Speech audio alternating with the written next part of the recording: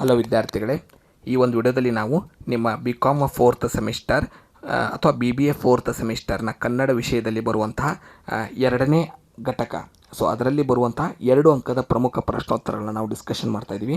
ಒಟ್ಟು 8 ಪ್ರಶ್ನೆಗಳಿವೆ. ಸೊ ಇದರಲ್ಲಿ 2 ಪ್ರಶ್ನೆಗಳು ಕಂಪಲ್ಸರಿಯಾಗಿ ನಿಮಗೆ ಎಕ್ಸಾಮ್ನಲ್ಲಿ ಬರುತ್ತೆ.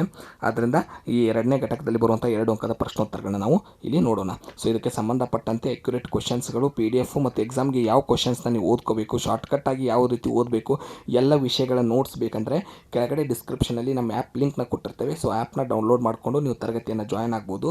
ಯೂಟ್ಯೂಬ್ ಮೆಂಬರ್ಶಿಪ್ ಲಿಂಕ್ನ ಕೊಟ್ಟಿರ್ತೇವೆ, ಮೆಂಬರ್ಶಿಪ್ನ ನೀವು ಜಾಯ್ನ್ ಆಗ್ಬೋದು. ಹಾಗೆ ವಾಟ್ಸಪ್ ಗ್ರೂಪ್ ಇರುತ್ತೆ, ವಾಟ್ಸಪ್ ಗ್ರೂಪ್ನು ಕೂಡ ನೀವು ಜಾಯ್ನ್ ಆಗಿ. ಸೊ ಈಗ ಅಧ್ಯಾಯ 2 ನೋಡ್ತಾ ಹೋಗೋಣ. ಸೊ ಅಧ್ಯಾಯ 2 ಏನಿದೆ ಅದು ಔದ್ಯೋಗಿಕ ಸಂವಹನ ಮಾದರಿಗಳು. ಘಟಕದ ಹೆಡ್ಡಿಂಗ್ ಏನಿದೆ ಔದ್ಯೋಗಿಕ ಸಂವಹನ ಮಾದರಿಗಳು. ಇದರಲ್ಲಿ 4 ಟಾಪಿಕ್ ಇಟ್ಟಿದ್ದಾರೆ ನಿಮಗೆ.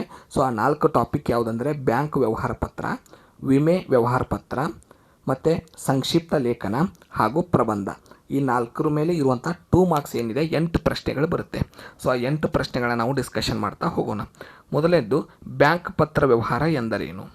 ಒಬ್ಬ ಗ್ರಾಹಕ ಮತ್ತು ಬ್ಯಾಂಕಿನ ನಡುವೆ ನಡೆಯುವ ಅಧಿಕೃತ ಲಿಖಿತ ಸಂವಹನ ನಡೆಸುವ ಒಂದು ವಿಧಾನವನ್ನು ಬ್ಯಾಂಕ್ ಪತ್ರ ವ್ಯವಹಾರ ಎನ್ನುವರು. ಅಂದರೆ ಒಂದು ಬ್ಯಾಂಕು ಮತ್ತು ಒಬ್ಬ ಗ್ರಾಹಕ ಇವರ ನಡುವೆ ಲಿಖಿತ ಬರವಣಿಗೆ ರೂಪದಲ್ಲಿ ನಡೆಯುವಂತಹ ಒಂದು ಸಂಭಾಷಣೆ, ಅದನ್ನು ನಾವು ಬ್ಯಾಂಕ್ ವ್ಯವಹಾರ ಪತ್ರ ಅಂತ ಕರಿತೀವಿ. ಇದಕ್ಕೆ ಉದಾಹರಣೆ ಏನಂದರೆ ಹೊಸ ಖಾತೆ ತೆರೆಯಲು ಅಥವಾ ಸಾಲದ ಸೌಲಭ್ಯವನ್ನು ಕೋರಿ ಅಥವಾ ಚೆಕ್ ಪುಸ್ತಕ ಕೊಡಲು ಬ್ಯಾಂಕ್ಗೆ ಬರೆಯುವಂಥ ಪತ್ರ. ಎರಡನೇ ಪ್ರಶ್ನೆ, ವಿಮಾ ಪತ್ರ ವ್ಯವಹಾರ ಎಂದರೇನು?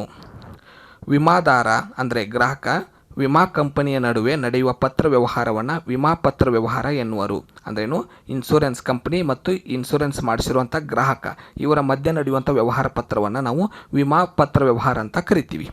ಇದಕ್ಕೆ ಉದಾಹರಣೆ ಪ್ರೀಮಿಯಂ ಪಾವತಿ ಬಗ್ಗೆ ವಿಚಾರಿಸಲು, ನಷ್ಟದ ಪರಿಹಾರ ಕೋರಿ ಬರೆಯುವಂಥ ಪತ್ರಗಳು.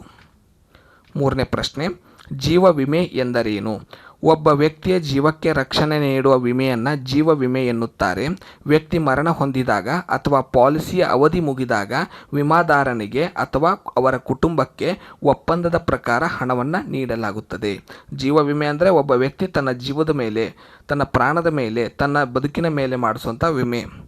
ಸೊ ಇದೇನು ಮಾಡುತ್ತೆ, ಆ ವ್ಯಕ್ತಿ ಸತ್ತ ನಂತರ ಆದರೂ ಅದಕ್ಕೆ ಹಣ ಸಿಗುತ್ತೆ, ಅಥವಾ ಮಾಡಿಸಿರುವಂಥ ವಿಮೆ ಅವಧಿ ಮುಗಿದಾಗ ಹಣ ಸಿಗುತ್ತೆ. ಅವಧಿ ಮುಗಿದ್ರೆ ಆ ವ್ಯಕ್ತಿಗೆ ಹಣ ಸಿಗುತ್ತೆ. ಒಂದು ವೇಳೆ ಆ ವ್ಯಕ್ತಿ ಏನಾದರೂ ಸತ್ತರೆ ಅವನ ಕುಟುಂಬಕ್ಕೆ ವಿಮೆ ಸಿಗುತ್ತೆ, ಇನ್ಶೂರೆನ್ಸ್ ಹಣ ಸಿಗುತ್ತೆ. ಸಾಮಾನ್ಯ ವಿಮೆ ಎಂದರೇನು? ಜೀವ ವಿಮೆಯನ್ನು ಹೊರತುಪಡಿಸಿ ಆಸ್ತಿ, ವಾಹನ, ಆರೋಗ್ಯ ಮುಂತಾದವುಗಳಿಗೆ ನೀಡುವಂತಹ ರಕ್ಷಣೆ ವಿಮೆಯನ್ನು ಸಾಮಾನ್ಯ ವಿಮೆ ಅಂತ ಕರಿತೀವಿ. ಇದು ಕೇವಲ 1 ವರ್ಷದ ಅವಧಿಗೆ ಮಾತ್ರ ಸೀಮಿತವಾಗಿರುತ್ತದೆ. ಅಗ್ನಿ ವಿಮೆ ಎಂದರೇನು? ಬೆಂಕಿಯಿಂದ ಆಗುವಂತಹ ಆಸ್ತಿ, ಸರಕು ಅಥವಾ ಕಟ್ಟಡಕ್ಕೆ ಉಂಟಾಗುವ ನಷ್ಟವನ್ನು ತುಂಬಿಕೊಡಲು ಮಾಡಿಸುವಂಥ ವಿಮೆಯನ್ನು ಅಗ್ನಿ ವಿಮೆ ಅಂತ ಕರಿತೀವಿ. ಅಂದರೆ ಬೆಂಕಿಯಿಂದ ಆಗ್ಬೋದಂಥ ಆಸ್ತಿ ಹಾನಿ ಇರ್ಬೋದು, ನಮ್ಮ ವಸ್ತುಗಳು ಸರಕಿನ ಹಾನಿ ಇರ್ಬೋದು, ಕಟ್ಟಡಕ್ಕೆ ಉಂಟಾಗ್ಬೋದಂಥ ಹಾನಿ ಇರ್ಬೋದು, ಇವುಗಳಿಗೋಸ್ಕರ ಮಾಡಿಸುವಂತಹ ವಿಮೆಯನ್ನು ಅಗ್ನಿ ವಿಮೆ ಅಂತ ಕರಿತೀವಿ. ಕಡಲ ವಿಮೆ ಎಂದರೇನು? ಸಮುದ್ರದ ಮೂಲಕ ಸರಕುಗಳನ್ನು ಸಾಗಿಸುವಾಗ ಸಂಭವಿಸಬಹುದಾದ ಅಪಘಾತ, ಹಡಗು ಮುಳುಗುವುದು ಅಥವಾ ಸರಕು ನಾಶವಾಗುವುದರಿಂದ ಉಂಟಾಗುವ ನಷ್ಟದ ರಕ್ಷಣೆಗಾಗಿ ಮಾಡಿಸುವ ವಿಮೆಯನ್ನು ಕಡಲ ವಿಮೆ ಅಂತ ಕರಿತೀವಿ. ಅಂದರೆ ಸಮುದ್ರದಲ್ಲಿ ಹಡಗುಗಳು ಹೋಗುವಾಗ ಹಡಗುಗಳಿಗೆ ಉಂಟಾಗ್ಬೋದಂಥ ಅಥವಾ ಹಡಗಿನೊಳಗಿರುವಂಥ ಸರಕುಗಳಿಗೆ ಉಂಟಾಗ್ಬೋದಾದಂಥ ನಷ್ಟವನ್ನು ಪರಿಹಾರಕ್ಕೋಸ್ಕರ ಮಾಡಿಸುವಂಥ ವಿಮೆಯನ್ನು ಕಡಲ ವಿಮೆ ಅಂತ ಕರಿತೀವಿ. ನೆಕ್ಸ್ಟ್ ಪ್ರಶ್ನೆ, ಸಂಕ್ಷಿಪ್ತ ಲೇಖನ ಎಂದರೇನು?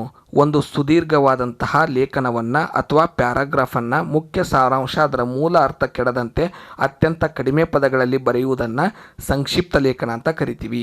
ಸಂಕ್ಷಿಪ್ತ ಲೇಖನ ಅಂದರೆ ದೊಡ್ಡ ವಿಷಯವನ್ನು ಕೇವಲ ನೋಟ್ಸ್ ಅಂದರೆ ಶಾರ್ಟ್ ಮೂಲಕ, ಅಂದರೆ ಕೆಲವೇ ಪದಗಳಲ್ಲಿ ಅವುಗಳನ್ನು ಅದರ ಅರ್ಥ ಕೆಡದಂತೆ ಬರೆಯುವುದನ್ನು ಸಂಕ್ಷಿಪ್ತ ಲೇಖನ ಅಂತ ಕರಿತೀವಿ. ನೆಕ್ಸ್ಟು ಪ್ರಬಂಧ ಲೇಖನ ಎಂದರೇನು?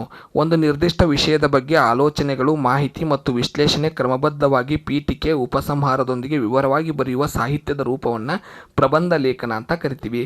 ಸೊ ಪ್ರಬಂಧ ಒಂದು ಸಾಹಿತ್ಯದ ಪ್ರಕಾರ.